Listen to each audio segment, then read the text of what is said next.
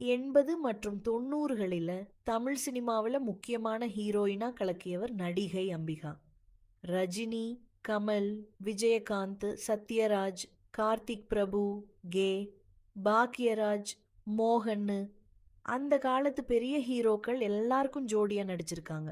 அதே மாதிரி நடிகை ராதாவும் அப்போதைய முன்னணி நாயகியா இருந்தாங்க. இந்த அக்கா தங்கை 2 பேருமே தமிழ் சினிமாவுல பெரிய இடத்த பிடிச்சிருந்தாங்க.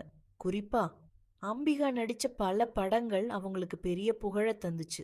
அந்த 7 நாட்கள், காக்கி சட்டை, படிக்காதவன், காதல் பரிசு, கண் சிமிட்டும் நேரம், சகலகலா வல்லவன் மாதிரியான படங்கள் அவங்களுக்கு பெரிய ஹிட். இப்போ கூட அம்பிகா சில படங்கள்ல அம்மா, அக்கா அல்லது அண்ணி ரோல்கள்ல நடிச்சிட்டு வர்றாங்க. கேரளாவில இருந்து வந்து தமிழ் சினிமாவில் முத்திர பதிச்ச 80களின் நடிகைகள்ல அம்பிகா, நுஃபான், ராதா சகோதரிகள் ரொம்ப முக்கியமானவங்க.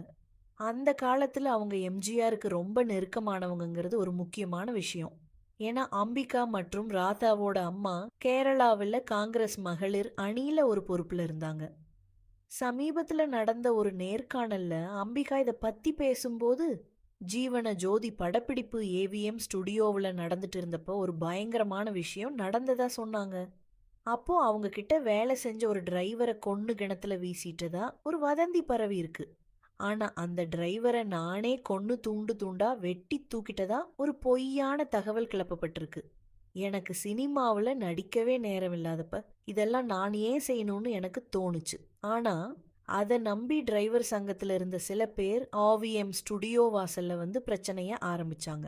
நான் வெளியே வராட்டி உள்ள வந்து என்ன கொன்னுடுவோம், முகத்துல ஆசிட் ஊத்திடுவோன்னு மிரட்டினாங்க. அப்போ நான் பதட்டத்துல எம்ஜிஆருக்கு ஃபோன் பண்ணி நிலைமைய சொன்னேன்.